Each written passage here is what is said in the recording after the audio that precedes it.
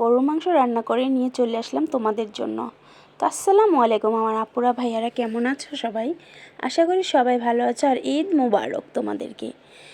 তো এই তো আমি গরুর মাংস বসিয়ে দিচ্ছি, চট জলদি করে রান্না বসাই দিলাম, কারণ সবাই তো খেতে হবে তাই না?